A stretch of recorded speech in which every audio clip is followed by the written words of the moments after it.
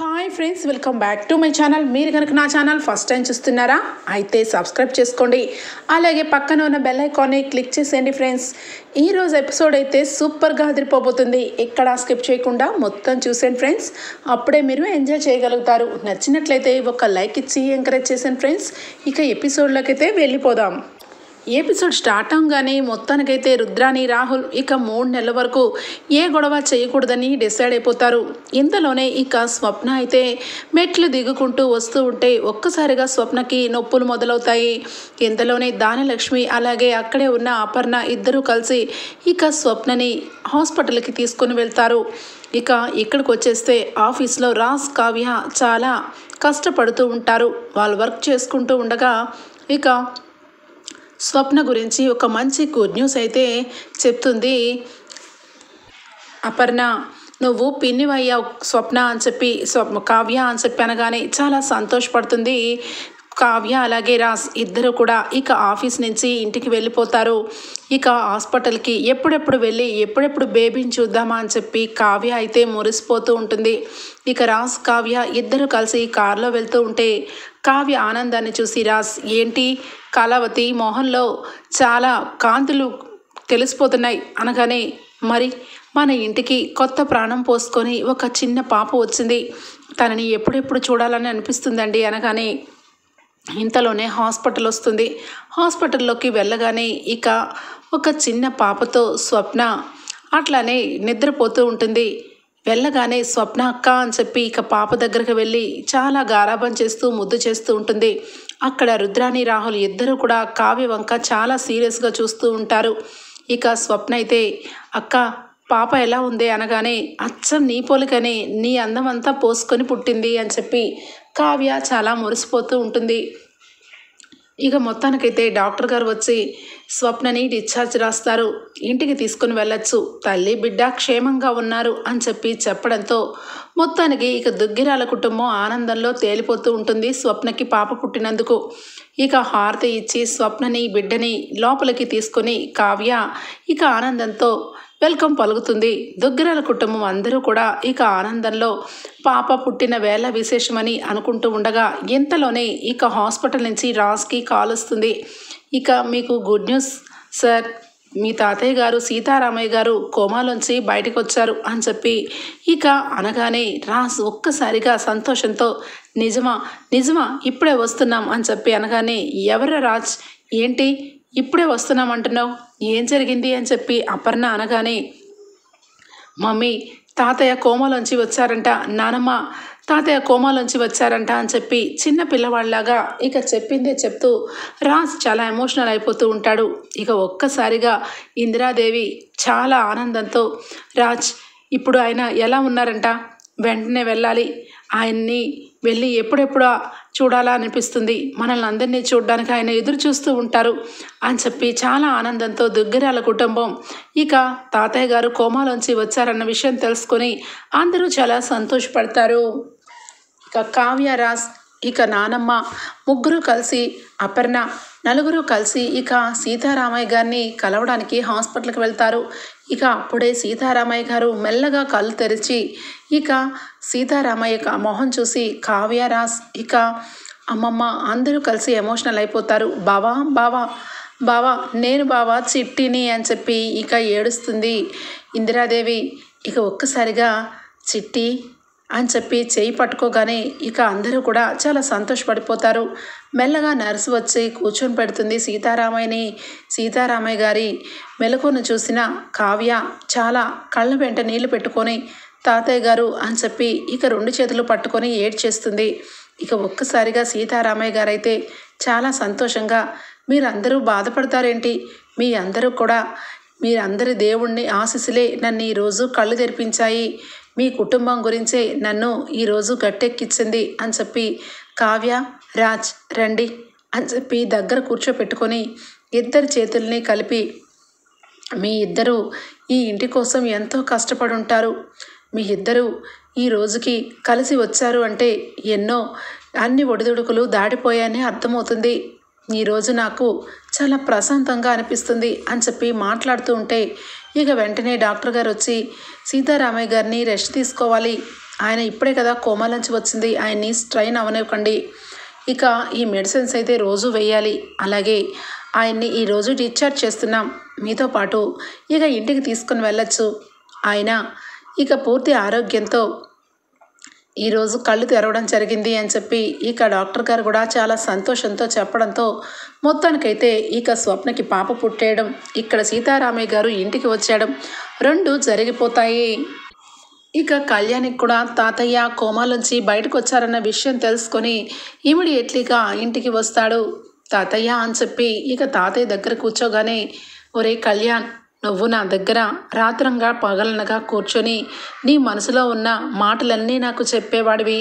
ఈరోజు నిన్ను చూస్తుంటే చాలా గర్వపడుతున్నానురా. నువ్వు ఎంత చక్కగా పాటలు రాస్తున్నావు అనగానే, తాతయ్య మీకు అనగానే, ఒరే నేను ప్రాణానికే మంచం మీద పడుకునేవాడిని, కళ్ళు తెరవలేకపోయేవాడిని. కానీ నా దగ్గర జరిగిన విషయాలన్నీ కూడా నాకు అన్నీ తెలుసు అని చెప్పి అనగానే ఒక్కసారిగా షాక్ అయిపోతాడు కళ్యాణ్. అవును, ఇంతకీ నీ పాట ఎలా ఉందిరా అని చెప్పి అనగానే, చాలా బాగుంది తాతయ్య. మీ అందరి అభిమానం వల్ల ఈరోజు నేను ఫస్ట్ డే ఒక కొత్త డైరెక్టర్ దగ్గర పాటని పాడబోతున్నాను అని చెప్పి నిజం చెప్తాడు. ఇక అక్కడే ఉన్న దానిలక్ష్మి, ఇక ఇందిరాదేవి అందరూ కూడా సంతోషపడతారు. ముఖ్యంగా దానిలక్ష్మికి సీతారామయ్య గారి మొహం చూడ్డానికి మనసు చెల్లదు. ఇక అక్కడి నుంచి మావయ్య గారు బాగున్నారా అని చెప్పి పైపైన మాటలు మాట్లాడుతుంది తప్పి లోపల మాత్రం ఒక రకమైన గిల్టీతో ఉంటుంది.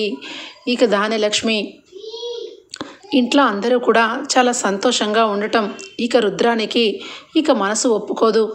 ఎప్పుడెప్పుడు ఇంట్లో గొడవలు పెడదామా, ఎప్పుడెప్పుడు ఆస్తిని చీల్చాలా అన్న చూస్తూ ఉంటున్న రుద్రానికి అయితే ఇక సీతారామయ్య ఇక కోమాలోంచి వచ్చిన తర్వాత ఎప్పుడెప్పుడు ఆస్తి భాగాలు పంచమని అడగవాలి అని చెప్పి వెయిట్ చేస్తూ ధాన్యలక్ష్మి దగ్గరికి వస్తుంది.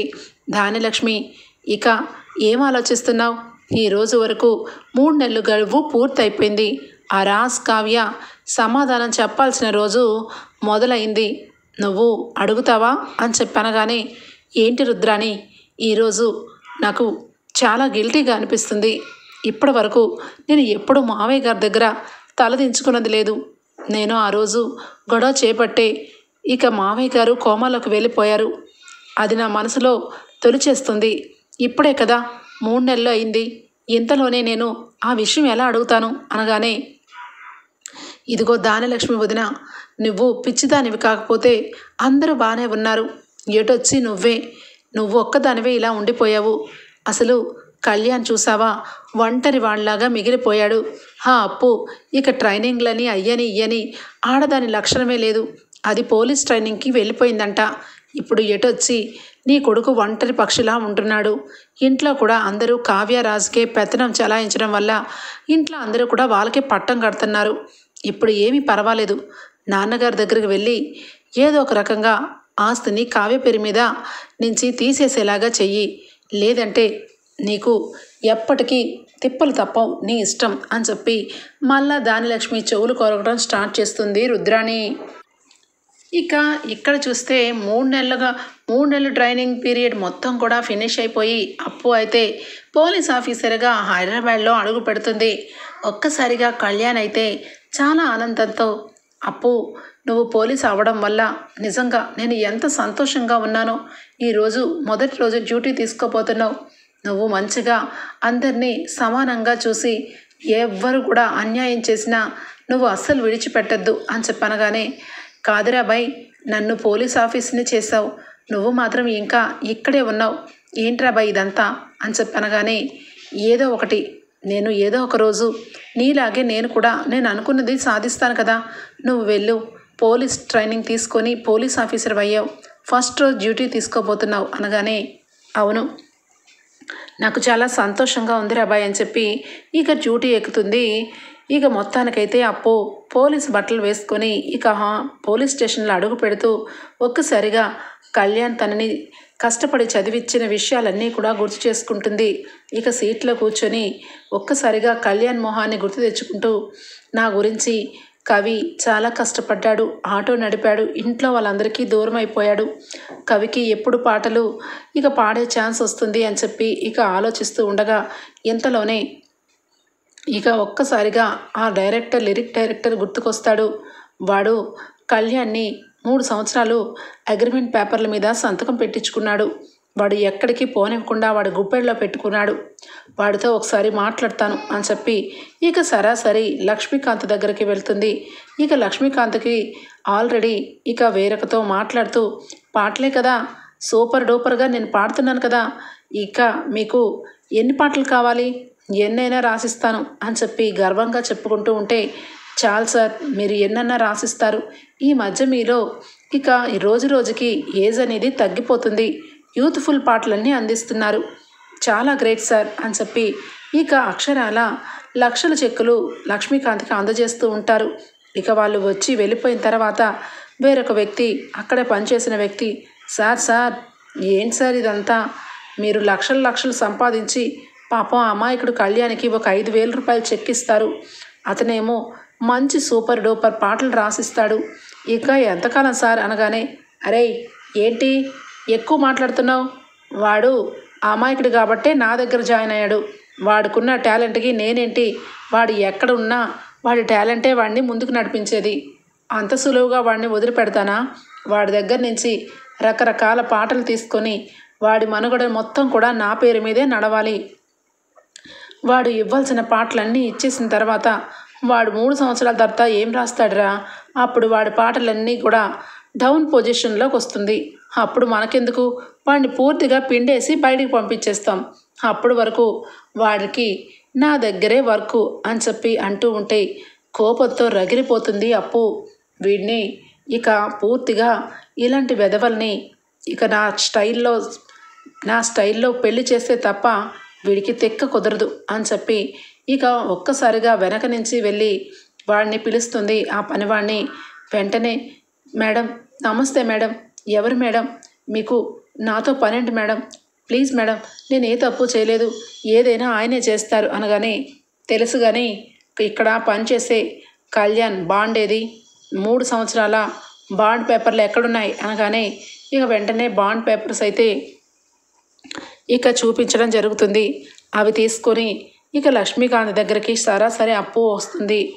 లక్ష్మీకాంత్, ఏంటి కొత్తగా పోలీసులు వచ్చారు, ఏం కావాలా మేడం మీకు అనగానే, ఏం కావాలా, నీలో మానవత్వం కావాలి, నీలో కొంచెమైనా జాలి దయ గుణాలు కావాలి అని చెప్పి అంటుంది అప్పు. ఏంటి మేడం ఏం మాట్లాడుతున్నారు, పాట కావాలా, పాట అయితే నాకు ఒక 10 రోజులు టైం కావాలి, ఇప్పటికిప్పుడే అంటే కుదరదు, నేను చాలా గ్రేట్గా ఆలోచిస్తాను కదా అనగానే, అరే చోప్, నువ్వు పాటలు గ్రేట్గా ఆలోచిస్తావా, ఏది ఒక్క పాట ఒక్క లైను పాడరా బై, పాడు, నేను నిన్ను ఈజీగా ఇక్కడి నుంచి నువ్వు డైరెక్టర్ అని ఒప్పుకుంటాను రా బై, నువ్వు పాడుతావు నేను వింటాను అని చెప్పి అనగానే ఇక ఏమీ చేయలేక, ఇదేంటి నన్ను పాడమంటుంది అని చెప్పి ఒక లైన్ పాడతాడు. అరే చోప్, ఈ పాటకి నాకు కొంచెం కూడా ఇంత కూడా నచ్చలేదురా బై, అంతకుముందు చాలా పాటలు పాడావు కదా, ఆ పాటల్లో ఒక పాట పాడు అనగానే ఇక నసుగుతూ ఉంటాడు. ఏంటి నసుగుతున్నావు అంటే, ఈ పాట నువ్వు పాడలేదా అని చెప్పి అడగగానే, అది నా అసిస్టెంట్ అనగానే, నీ అసిస్టెంట్ ఏంట్రా, బోర్డు అసిస్టెంట్, నీకు ఒక అసిస్టెంటు, నువ్వు పాటలు పాడే అర్హత నీకు లేనప్పుడు నువ్వు వేరొకరి పేరు పెట్టుకొని ముందుకు నడవటం గొప్పతనం అనుకుంటున్నావా, నీ సంగతి అంతా కూడా నేను ఆల్రెడీ విన్నాను, కావాలని కళ్యాణ్ అనే వ్యక్తిని నీ గుప్పెళ్ళలో పెట్టుకొని ఇక అతన్ని వెదకనివ్వకుండా డబ్బు మొత్తం కూడా నీ జేబులో నింపుకుంటున్నావు, పదరా బై పద అనగానే, ఆగండి మేడం ఏం మాట్లాడుతున్నారు, ఇదంతా ఇండస్ట్రీలో కామన్, నా కింద అసిస్టెంట్ పాటలు నాకు రాసిస్తున్నాడు, నేను ఆ పాటల్ని ఎక్కువ సొమ్ము చేసుకుంటున్నాను, అతనికి డబ్బులు ఇస్తున్నాను, అయినా ఇందులో మీకు వచ్చిన బాధ ఏంటి అనగానే, నాకు వచ్చిన బాధ కాదు, నాకే కావాలి, అతను నా భర్త నీ దగ్గరకు వచ్చి పాటలు రాస్తున్నాడని నువ్వు ఇక్కడే ఉంచుకొని డబ్బు సొమ్ము చేసుకుంటూ అతనికి వచ్చే ఆఫర్లన్నీ చెడగొడుతున్నావు, నువ్వు ఈ రోజు నుంచి నీ దగ్గర నా భర్త కవిత్వాలు కాదు కదా, పాటలు కాదు కదా, కనీసం ఒక్క లైన్ కూడా నీకు రాసివ్వడు అని చెప్పనగానే, వెళ్ళండి మేడం వెళ్ళండి, ఇక ఆ కవి గురించి మీకంటే నాకే ఎక్కువ తెలుసు, ఆయన నా దగ్గర 3 సంవత్సరాలు బాండ్ పేపర్ రాసిచ్చాడు. ఆయన ఎక్కడే వర్క్ చేయాలి, లేకపోతే ఎక్కడ వర్క్ పుట్టనివ్వను అనగానే, నీ మొహం ఏడ్చావులే, నువ్వు బాండ్ పేపర్ల మీద సంతకం పెట్టించుకుంటే నా భర్త వచ్చి నీ దగ్గరే పాడాలా? నీ కళ్ళ ముందే చూడు నా భర్త ఏ రకంగా ఎదుగుదాడో అని చెప్పి అంటూ అక్కడి నుంచి వెళ్ళిపోతుంది. ఇంక వెంటనే కళ్యాణ్ అయితే అప్పుడే అక్కడికి వస్తాడు. అప్పు ఇక్కడేంటి అనగానే, నువ్వు నడవరాబాయ్, ఇక్కడి నుంచి ఈరోజు నువ్వు రావాల్సిన అవసరమే లేదు. వీడికి నీ పాటలు మొత్తం కూడా సొమ్ము చేస్తున్నాయి తప్పించి నీకు డెవలప్మెంట్ ఇవ్వడం వీడికి ఇష్టం లేదు అనగానే, ఇక వెంటనే కళ్యాణ్ ఏం మాట్లాడుతున్నారు? నేను నీకు ఇక ఒక పొజిషన్ ఇచ్చాను, పాటలు నాకు రాసిస్తే నీకు డబ్బు ఇచ్చాను. నువ్వు నా దగ్గర 3 సంవత్సరాల అక్షరాల వర్క్ చేయాలని బాండ్ రాసిచ్చావు, మర్చిపోయావా? ఇందులో ఏమన్నా తక్కువ జరిగితే నేను నిన్ను పోలీసులకు పట్టిస్తాను అనగానే, ఏది బాండ్ పేపర్లు తీసుకురా అని చెప్పి అంటుంది అప్పు. ఒక్కసారిగా మొత్తం వెతకగానే ఎక్కడ బాండ్ పేపర్లు కనబడవు. ఏంటి తెల్లమొహం వేసావు? నా భర్తతో బాండ్ పేపర్లు రాయించుకొని నీ ఇష్టం వచ్చినట్టు పాటలు రాయించుకుంటూ ఇలాగే కాలం గడిపేద్దాం అనుకున్నావు కదా, నడు పద అనగానే, ఎక్కడికి అని చెప్పి అంటాడు. ఎక్కడికేంటి, నువ్వు ఎక్కడుంటే బాగుంటుందో అక్కడికి అనగానే, అయ్యయ్యో నన్నెందుకమ్మా అరెస్ట్ చేస్తున్నావు? నేనేం తప్పు చేశాను? నీ భర్తని నేను ఏ రోజు కూడా ఏమీ అనలేదు. ఏదో 3 సంవత్సరాల పాటు అనగానే అదే వద్దు. అతని ద్వారా నువ్వు చాలా డబ్బు సంపాదించావు. ఇకనైనా ఆయనకి బయట ప్రపంచానికి తెలియజేసేలాగా నువ్వే చెయ్యాలి. లేదంటే నా భర్తతో ఈ రకంగా ఊడిదం చేయించుకుంటున్నందుకు నిన్ను పూర్తిగా సెల్లో వేస్తాను అని చెప్పి ఇక అప్పు భయపెట్టడంతో దెబ్బకి దారిలోకి వస్తాడు లక్ష్మీకాంత్. ఇక తనకి నా దగ్గర వర్క్ చేయాల్సిన అవసరం లేదు, నువ్వు ఎక్కడికి పోయినా వెళ్ళొచ్చు అని చెప్పి ఇక బాండ్ పేపర్లు ఏమీ లేవని ఇక వెంటనే నార్మల్ అయిపోతాడు లక్ష్మీకాంత్. ఇక అక్కడి నుంచి కళ్యాణ్ అయితే తన అదృష్టాన్ని పరీక్షించుకుంటాడు. మంచి మంచి పాటలు రాస్తూ పెద్ద పెద్ద డైరెక్టర్ల దగ్గర చాలా పెద్ద ఇక పాటలు పాడుతూ మ్యూజిక్ ఇస్తూ చాలా గొప్ప పేరు తెచ్చుకుంటాడు కళ్యాణ్. ఇదిలా ఉండగా మొత్తానికైతే ఇంట్లో అందరూ కూడా కళ్యాణ్ ఇక అప్పు కరెక్ట్గా చాలా పెద్ద పేరు తెచ్చుకున్నారని ఇంట్లో అందరూ అనుకుంటూ ఉంటారు. ఇక ఇంతలోనే రుద్రాని ఆ కళ్యాణ్ గాడు ఆ అప్పు ఇద్దరు ఇంటికి వచ్చేస్తే మనకేం మిగులుతుంది చిప్ప, కంపల్సరీ ఇక కళ్యాణ్ వచ్చిన తర్వాత ఆస్తి పంపకాలు అస్సలు పంపించనివాడు, ఇంట్లోనే ఉండాలి, అందరికీ ఇంట్లోనే ఉమ్మడి కుటుంబంగా ఉండాలని అందరూ చెప్పుకుంటారు. ఇప్పుడు ఏం చెయ్యాలి, అసలు ఇప్పుడు ఎక్కడి నుంచి నరుక్కు రావాలి అని చెప్పి అనుకుంటూ ఉంటే ఇంతలో అనామిక కాల్ చేస్తుంది. ఏంటంటీ ఏం జరుగుతుంది ఇంట్లో అనగానే జరిగినవన్నీ కూడా చెప్తుంది. అంటే ఇప్పుడు దుగ్గిరాల కుటుంబం చాలా సంతోషంగా ఉందన్నమాట అనగానే, చాలా చాలా సంతోషంగా ఉంది, నేను తప్ప నా కొడుకు తప్ప అనగానే, మీకు ఫోన్ ఎందుకు చేశానో తెలుసా? మీరు ఎప్పటి నుంచో ఎదురు చూస్తున్న ఒక పచ్చి నిజాన్ని మీకు చెప్పాలనుకుంటున్నాను. మీరు ఇక ఆ కావ్యరాజ్ మాయలోనే ఉన్నారు. కావ్యరాజ్ ఈ రోజుకి ఇల్లు మొత్తం కూడా బ్యాంకులో తాకట్టు పెట్టి అప్పులు పాలు చేశారు. ఆ విషయం ఎవరికీ తెలియకుండా బాగా జాగ్రత్త పడ్డారు. అది నీకు తెలియక నువ్వేమో ఇంకా పిచ్చిదారులాగా ఆస్తి పంపకాలంటున్నావు. ఆ కావ్యరాజ్ ఎప్పుడో ఆస్తిని తనఖా పెట్టారు. కావాలంటే ఆ బ్యాంక్ మేనేజర్ని వెళ్ళి కలు, మొత్తం డీటెయిల్స్ నీకే తెలుస్తాయి అని చెప్పి అనడంతో ఒక్కసారిగా ఇక రుద్రాణి షాక్ అయిపోతుంది. ఇక ఇంతలోనే ఇక కావ్య కాఫీ తీసుకొని ఆనమ్మ అని చెప్పి అమ్మమ్మ గారికి కాఫీ ఇస్తూ ఇక సీతారామయ్య గారికి పాలు ఇస్తూ ఉంటుంది. ఇక కావ్య అని చెప్పి కూర్చో అమ్మ అని చెప్పి ఇద్దరి మధ్య కూర్చోబెట్టుకొని, అమ్మ కావ్య నీ భుజాల మీద చాలా బరువు బాధ్యతని ఇక మీ తాతయ్య గారు వేశారు, కానీ నువ్వు ఆ బాధ్యతని బరువు అనుకోకుండా ఇప్పుడు వరకు నెట్టుకొచ్చావు. 3 నెలల కాలం గడిచింది, ఎన్నో మార్పులు జరిగాయి బావా. కావ్య ఈ ఇంట్లో అడుగు పెట్టినప్పటి నుంచి కష్టాలు పడుతూనే ఉంది. తన పేరు మీద ఆస్తి రాసి మరి కాస్త కష్టాన్ని పెంచాం మనం అని చెప్పి అంటూ ఉండగా ఇంతలోనే ఇక సీతారామయ్య, అవునమ్మా కావ్య ఆస్తి జాగ్రత్తగానే ఉంది కదా అనగానే, తాతయ్య ఆస్తి జాగ్రత్తగానే ఉంది, అలాగే ఆ బాధ్యత కూడా మీ చేతికి అప్పచెప్పాలని కూడా ఉంది. కానీ ఈ సిచ్యువేషన్లో మీతో నేను ఈ మాటలు మాట్లాడతానే అస్సలు ఊహించలేదు తాతయ్య. మీరు అడుగుతున్నారు కాబట్టి, మీరు నా మీద నమ్మకం పెట్టి ఆస్తి పత్రాలు నా చేతిలో పెట్టారు కాబట్టి చెప్తున్నాను. నిజానికి జరిగిన విషయం మీకు చెప్పకపోతే ఎప్పటికీ నేను సమాధానం చెప్పుకోలేను. మీరు మీ ఫ్రెండ్ని ఇక షూరిటీ సంతకంగా 100 కోట్ల రూపాయలకి ఇక మీరు సంతకం చేశారు. దానికోసం బ్యాంకు వాళ్ళు మన ఆస్తుల్ని జప్తు చేయాల్సిన పరిస్థితి వచ్చింది. ఎందుకంటే ఆ షూరిటీ సంతకం ప్రకారం అక్కడ ఉన్న నందగోపాల్ అనే వ్యక్తి హత్యకు గురయ్యాడు, చనిపోయాడు. ఇక అతను కట్టలేని పరిస్థితిలో మనమే కట్టాలి కాబట్టి మీ పేరు ప్రకారం నేను మీ మనవడు కలిపి బ్యాంకుకి అప్పు తీరుస్తున్నాం అని చెప్తుంది. ఒక్కసారిగా షాక్ అయిపోతాడు సీతారామయ్య. ఏంటమ్మ కావ్య, 100 కోట్ల రూపాయలకి నేను షూరిటీ పెట్టానా? ఎవరి చేయించింది? ఇదంతా కూడా అబద్ధం. అసలు నేను 100 కోట్ల రూపాయలకి నేనెందుకు షూరిటీ ఉంటాను? వాడు నేను బిజినెస్కి చాలా మంచి ఫ్రెండ్స్, అంతే తప్పించి ఏదో ఒకసారి ఒక 10 కోట్ల రూపాయలు షూరిటీ ఉన్నాను. ఆ తర్వాత వాడు అది తీర్చేశాడు కూడా. ఇదిగో ఆ బాండ్ పేపర్కి సంబంధించిన ఇక డీటెయిల్స్ అని చెప్పి ఇక బ్రీఫ్ కేసులో ఉన్న ఇక ఆ పేపర్ని తీసి చూపిస్తాడు కావ్యకి. ఒక్కసారిగా కావ్య ఆశ్చర్యపోతుంది. ఇక వెంటనే తాతయ్య గారు, చాలా పెద్ద మోసం జరుగుతుంది, ఇది ఎవరు చేశారు ఏంటి అన్నది తెలుసుకోవాలి తాతయ్య గారు అని చెప్పి రాజ్కి విషయం చెప్పగానే బ్యాంక్ వాళ్ళని కలుస్తాడు రాజ్. ఇక ఇంతలోనే అక్కడికి వెళ్ళి ఆ బ్యాంక్ ఆఫీసర్లు ఎక్కడా అని చెప్పి నిలదీయగానే వాళ్ళు ఎప్పుడో మానేశారు కదా సార్, వాళ్ళు మానేసి కరెక్ట్గా 4 నెలలు అవుతుంది, మీరు ఆ వ్యక్తిని కలవడానికి వచ్చారా అనగానే ఒక్కసారిగా రాజ్ కావ్య షాక్ అయిపోతారు. 10 కోట్ల రూపాయలు జమ చేయాల్సింది మా దగ్గర ఇన్ని డబ్బులు జమ చేసుకునేలాగా చేస్తారా? వీళ్ళు ఎక్కడి నుంచి వచ్చారు? అసలు ఇదంతా ఎందుకు చేశారు అని చెప్పి ఇక రాజ్ కావ్య అయితే చాలా కోపంతో ఇక ఎవరు మనల్ని మోసం చేశారు కళావతి అని చెప్పి ఇక మొత్తానికైతే బాగా ఆలోచన చేస్తూ ఉంటారు.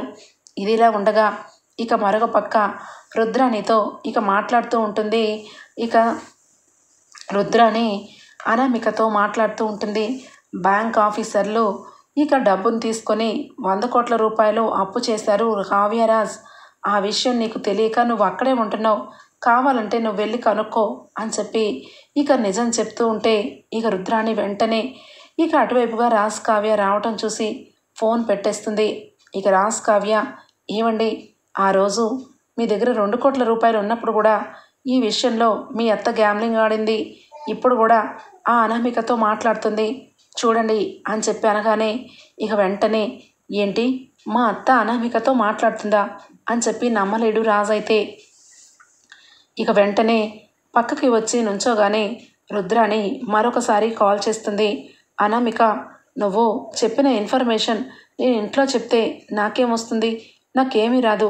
కానీ నేను చెప్పాలి అనుకుంటే, నేను గొడవలు పెట్టించాలి అనుకుంటే ఖచ్చితంగా నాకు డబ్బు కావాలి అని చెప్పనగానే చూడండి ఆంటీ, అసలు ఈ విషయం నేనే మీకు చెప్పాలనుకుంటున్నాను.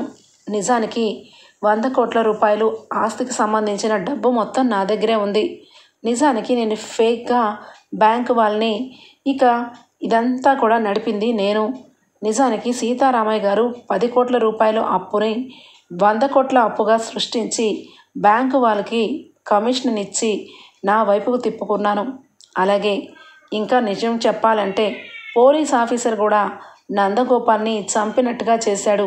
నందగోపాల్ కూడా చచ్చిపోలేదు. ఇదంతా కూడా నేను ఆడించిన నాటకం అని చెప్పి రుద్రానికి చెప్పగానే వాహ్ సూపర్ డూపర్ అదిరిపోయింది అనామిక. నిజంగా చెప్పాలంటే నాకు ఆస్తి కావాలని ఈ ఇంట్లో ఉండిపోతూ ఎప్పుడు కూడా నీలాగా ప్లాన్ వేయలేదు, కానీ ఏదేదో ప్లాన్లు వేసి దొరికిపోతూ వచ్చాను. ఆ రాజ్ కావ్య వాళ్ళు ఈరోజు వరకు కూడా వాళ్ళు ఏం చేస్తున్నారో, ఏ రకంగా ఉన్నారో ఎవరూ అడగట్లేదు. అందుకే ఈరోజు నీకు నేను ఫోన్ చేశాను. నిజానికి ఇంత గొప్ప విషయాన్ని ఇంత లేటుగా నాకు చెప్తావా అనగానే, మీ వాటా కూడా ఉంది రుద్రాణి గారు, మీ వాటా కూడా మీకు ఇచ్చే టైము ముందే ఉంది. కానీ ఈ విషయంలో మీరు ఒక్క ఫేవర్ చేయాలి. ఇంట్లో అందరి ముందు చాలా పెద్ద గొడవ సృష్టించి ఆ సీతారామయ్య గారు పూర్తిగా చచ్చిపోయేలాగా చెయ్యాలి. ఇంటి వాళ్ళందరూ కూడా ఇక బాధపడుతూ ఇక ఏమీ చేయలేని పరిస్థితిలో లబోదిబో మనాలి. ఎందుకంటే వాళ్ళు పూర్తిగా ఈ రోజుతో ఇక డబ్బు అయితే కట్టేయడం జరిగింది. ఇంకొక పేమెంటే ఉంది. ఈరోజు 20 కోట్ల రూపాయలు ఇక రాజ్ కావ్య వాళ్ళు బ్యాంక్కి కడతారు. ఆ మేనేజర్లు ఇక ఆఫీస్కి కాకుండా డైలీ వచ్చి ఆఫీస్లోనే డబ్బు తీసుకుంటారు. ఈసారి పేమెంట్ మీకే వస్తుంది. శుభ్రంగా ఆ పేమెంట్ తీసుకొని నేనన్నట్టు గొడవ చేసి ఇంట్లో విషాదం సృష్టించండి అని చెప్పి అనగానే ఇక ఒక్కసారిగా రుద్రాని సరే మాకు బంపర్ ఆఫర్ దొరికింది అని చెప్పి రాహుల్ అలాగే రుద్రాని ఇద్దరూ కలిసి ఇక జరిగిందంతా తెలుసుకొని బ్యాంక్ మేనేజర్లు కూడా మనవాలేనంటరా, ఆస్తి మొత్తం ఇప్పుడు అనామిక నొక్కేపోతుంది. ఆ డబ్బు మొత్తం కూడా ఇక మనకు వస్తుంది. మనం హ్యాపీగా ఫారెన్ వెళ్ళి సెటిల్ అవ్వచ్చు. ఇదంతా పెద్ద విషయం. అనామిక చాలా బాగా ప్లాన్ చేసింది కదా అని చెప్పి మొత్తానికైతే ఇక ఆఫీస్కి కావ్యరాజ్ రుద్రాని మాట్లాడిన మాటలన్నీ విని, చూడండి నేను ఎప్పటి నుండో చెప్తున్నాను ఈ రుద్రాని సామాన్యురాలు కాదని. ఆస్తి కోసం గోతికాడు నక్కలాగా ఉందే కానీ ఇంట్లో వాళ్ళ మీద అభిమానం లేదు. ఇప్పుడు మనకి ఇక కావలసిన వాళ్ళందరూ ఒక దగ్గరే దొరుకుతారు, పదండి అని చెప్పి కావ్య అయితే ఆఫీస్కి వెళ్తుంది. ఇక ఇద్దరు బ్యాంక్ ఆఫీసర్లు ఏమీ తెలియని వాళ్ళలాగా బ్యాంకుకి వస్తారు. 20 కోట్ల రూపాయలు ఇక కావాలని రాజు వాళ్ళు డబ్బు చేతిలో పెడతారు. అవి తీసుకొని ఇక బయటకు వస్తుంటే రాహుల్ రుద్రాని ఇద్దరు కూడా ఆ డబ్బును తీసుకొని ఇక మీరు వెళ్ళొచ్చు, ఈ డబ్బు మాది అని చెప్పి రుద్రాని సంతోషంగా 20 కోట్ల రూపాయలు ఇంట్లో పెట్టుకుంటుంది. ఇక మొత్తానికైతే అనామిక కాల్ చేసి, డబ్బు అందింది అనామిక, 20 కోట్ల రూపాయలు నా దగ్గరే ఉన్నాయి, ఈ విషయంలో నేను ఇంకా నమ్మలేకపోతున్నాను అని చెప్పి మురిసిపోతూ ఉంటుంది. ఇక అప్పుడు స్వప్న అలాగే ఇక కావ్య రాజ్ అందరూ కూడా ఇక రుద్రాని వెనకాలే వచ్చి రుద్రాణిని ఇక గట్టిగా నిలదీస్తుంది. కావ్య, మీరు అసలు మనుషులేనా? ఇంట్లో ఇంత ఘోరంగా అందరి దగ్గర మోసం చేసి డబ్బును తీసుకొని మీరు మీ మంచం కింద పెట్టుకుంటే మాకు తెలియదు అనుకుంటున్నారా? అసలు ఇంత ఘోరం ఒడి కట్టిన ఆ అనామికని మిమ్మల్ని ఏం చేసినా పాపం లేదు అని చెప్పి అంటూ ఉండగా ఇంతలోనే అప్పు వస్తుంది దుగ్గిరాల ఇంటికి. అక్క, నువ్వు చెప్పిన ప్రకారం ఆ అనామికని ఎంక్వైరీ చేసాం. అన్ని విషయాలు సీసీటీవీ ఫుటేజ్లు అన్నీ చెక్ చేసాం. నందగోపాల్ అనే వ్యక్తి చనిపోలేదు. అలాగే ఆ పోలీస్ ఆఫీసర్ కూడా ఆల మనిషే. వాణ్ణి నందగోపాల్ గారిని అరెస్ట్ చేయాలని అరెస్ట్ వారెంట్ కూడా నాకు వచ్చింది. అనామికకి ఇక పూర్తిగా జైలు శిక్ష తప్పదు అని చెప్పి అప్పు అనడంతో ఇక రుద్రాని ఒక్కసారిగా ఇక దొరికిపోయాన్రా అని చెప్పి, అది కాదు రాజ్, అసలు ఏం జరిగిందంటే అనగానే ఇంతలోనే ఇందిరాదేవి వచ్చి చెంప చెల్లుమని కొడుతుంది. ఇప్పటి వరకు నిన్ను కన్న కూతురులాగా ఇంట్లో పెట్టుకుంటే మమ్మల్ని అందరినీ మోసం చేసి డబ్బు కోసం అనామికతో చేతులు కలిపి నా మనవడిని ఎంత బాధ పెట్టిందో, డబ్బు కోసం ఇంట్లో వాళ్ళందరి దగ్గర చెడ్డైపోయి అందరి ముందు మాటలు పడిన కావ్య విషయంలో నువ్వు చేసిన పనిని నిన్ను నిలువెత్తినా ఏం చేసినా పాపం లేదు అని చెప్పి ఇక రుద్రాణిని ఇంట్లో నుంచి గెంటే పోతూ ఉంటే ఇంతలోనే అప్పు వస్తుంది. అప్పు అంటుంది, లేదా అమ్మమ్మగారు, చట్టం దాని పని చేసుకుంటూ పోతుంది. ఇలాంటి వాళ్ళని అరెస్ట్ చేయడానికే నేను పోలీస్ ఆఫీసర్ అయ్యింది. అన్యాయం అవినీతి మీరు చేయడం వల్ల కాదు, మీరు చేసిన పాపాలకి ఈరోజు పాయశ్చిత్తం జరగాల్సిందే అని చెప్పి ఇక అనామిక అనామిక దగ్గరికి వెళ్ళి నిన్ను అనామికని ఇద్దరిని ఒకేసారి లోపల సెల్లో వేస్తాను అని చెప్పి అప్పు అంటుంది. ఒక్కసారిగా ఇక స్వప్న అయితే, అప్పు నేనేమి బాధపడను, ఇక మీ ఈ రుద్రానితో పాటు అతన్ని కూడా తీసుకొని వెళ్ళు అనగానే, లేదక్క, ఈ విషయంలో రాహుల్ది తప్పేమీ లేదు. రుద్రానినే చాలా ఆశపోతూ ఆశకి హద్దే లేదు. అందుకే బ్యాంక్ వాళ్ళతో రాజ్ బావని కావ్యక్కని మోసం చేసినందుకు బ్యాంక్ మేనేజర్ని కూడా అరెస్ట్ చేశాను. ఇప్పుడు అనామిక వంతు అని చెప్పి ఇక మొత్తానికైతే అప్పు, కళ్యాణ్, కావ్య, రాజ్ అందరూ పోలీసులు అనామిక ఆఫీస్కి వెళ్తారు. అనామిక అప్పటికే పరారీలో ఉంటుంది. ఒక్కసారిగా వెనక కారులో ఫాలో అవుతూ ఉంటారు రాజ్, కావ్య వాళ్ళు. ఇక ముందు నుంచి అప్పు జీప్ వేసుకొని వెళ్ళి ఒక్కసారిగా అనామిక కార్ని ఢీ కొడుతుంది. దెబ్బకి బయటకు వస్తారు సామంత్ అలాగే అనామిక. చెంప చెల్లుమని కొట్టి, ఇంట్లో నుండి బయటకు వెళ్ళిపోయినంత మాత్రాన నీ బుద్ధి ఎందుకు పోనిచ్చుకుంటావు? నువ్వు ఈ ఇంట్లో నుంచి మా ఇంటికి వచ్చినప్పటి నుంచి మా ఇంట్లోని అందరినీ బాధ పెడుతూనే ఉన్నావు, ఇప్పుడు కూడా బాధ పెడుతూనే ఉంటున్నావా నిన్ను అని చెప్పి కళ్యాణ్ అంటూ ఉంటే ఇక వెంటనే అప్పు, నువ్వు ఆగరాబాయ్, ఇలాంటి వాళ్ళకి మంచి మాటలు ఎక్కడ పనికొస్తాయి? సెల్లో పెట్టి కోటింగ్ ఇస్తే తప్ప అయినా నీకెక్కడ దొరికింది ఇలాంటిది, దీన్ని పక్కన పెట్టుకునేసరికి నువ్వు కూడా సెల్లోనే ఉండాలి పద అని చెప్పి ఇక సామంతిని అలాగే అనామికని ఇద్దరిని ఈడ్చుకుని వెళ్ళి అరెస్ట్ చేస్తుంది అప్పు. మొత్తానికైతే దుగ్గరాల కుటుంబంలో ఒక పెద్ద విషయాన్ని ఇక రాజ్ కావ్య ఛేదించడం జరుగుతుంది. ఇక ధాన్యలక్ష్మికి చాలా సిగ్గనిపిస్తుంది. ఇక మొత్తానికైతే సీతారామయ్య ఇక కావ్య దగ్గరకు వచ్చి, అమ్మ కావ్య, నీ మంచితనాన్ని నమ్మి నీ పేరు మీద ఆస్తి రాసినందుకు ఆస్తిని కంటికి రెప్పలాగా కాచుకున్నావు అనగానే, వద్దు తాతయ్య, ఈ ఆస్తి నాకొద్దు. మీరు నా పేరు మీద ఆస్తి రాశారు కానీ ఏ రోజు ఆ ఆస్తి నాది కాదు. ఈ ఇంటికి మనవలైన ఆయనది అలాగే ఇక కళ్యాణ్ది. ఈ ఆస్తి మొత్తం కళ్యాణ్ పేరు మీదే రాయండి తాతయ్య, నాకేం అభ్యంతరం లేదు. వాడు నా తమ్ముడు, నన్ను మోసం చేస్తాడని నేను ఏ రోజు అనుకోను. ఇది కళ్యాణ్ పేరు మీద రాసినా నాకు బాధ లేదు అని చెప్పి రాజు అండంతో ఇక సీతారామయ్య గారు కళ్యాణ్ పేరు మీద ఆస్తిని ట్రాన్స్ఫర్ చేయిస్తారు. ఇక సీతారామయ్య ఆ పని చేసిన తర్వాత ధాన్యలక్ష్మి ఒక్కసారిగా బోరుమని ఏడుస్తూ ఇంట్లో అందరి ముందు ఇక సీతారామయ్య గారి కాలు పట్టుకొని, ఇక మావయ్య గారు, మిమ్మల్ని గురించి అపార్థం చేసుకున్నాను. కుటుంబాన్ని నోటుకొచ్చినట్టుగా చాలా మాటలు అన్నాను. ధాన్యలక్ష్మితో చేయగలిపి రుద్రాణితో చేయగలిపి ఇంటి పరువంతా గంగలో కలిసేలా చేశాను. నాకు క్షమించండి మావయ్య గారు, క్షమించండి కావ్య. అప్పు, నువ్వు ఈరోజు లేకపోయి ఉంటే ఆస్తి మొత్తం కూడా ఆ అనామిక చేతిలోకి వెళ్ళిపోయి మనందరం రోడ్డు మీదకి వచ్చేవాళ్ళం. అప్పు ఈ ఇంటికి కోడలు, కావ్య ఇంటికి కోడలు. ఒరే కళ్యాణ్, నన్ను క్షమించరా. నువ్వు ప్రేమించిన అప్పుని నా నోటికొచ్చినట్టుగా మాట్లాడాను. నాకు చాలా బాధ అనిపిస్తుంది. ఈ ఉమ్మడి కుటుంబంలోనే మనం ఎప్పుడూ ఉండాలి. ఈ ఆస్తి పెద్ద ఆయన పేరు మీదే ఉండాలి. కావ్య పేరు మీద ఉన్నా నాకు అభ్యంతరం లేదు. ఈ ఆస్తి నాకు వద్దు మావయ్య గారు అని చెప్పి ఇక మొత్తానికైతే ధాన్యలక్ష్మిలో చాలా మార్పు వస్తుంది. ఇక సంతోషంగా దుగ్గరాల కుటుంబం అప్పు, స్వప్న, కావ్య ముగ్గురు కూతుర్లు ఇక అక్కడే ఉంటారు. ఇదిలా ఉండగా ఒక పక్క రుద్రాణి ఇక అనామిక ఇద్దరు జైల్లో ఎప్పుడెప్పుడు బయటకు రావాలా, ఎప్పుడెప్పుడు దుగ్గరాల కుటుంబం మీద కక్ష తీర్చుకోవాలా అని చెప్పి ఎదురు చూస్తూ ఉంటారు. రాబోయే ఎపిసోడ్స్లో ఈ విధంగానే జరగబోతుంది ఫ్రెండ్స్. మీకు కనుక నచ్చినట్లయితే ఒక లైక్ ఇచ్చేయండి. Bye, take care, thank you for watching.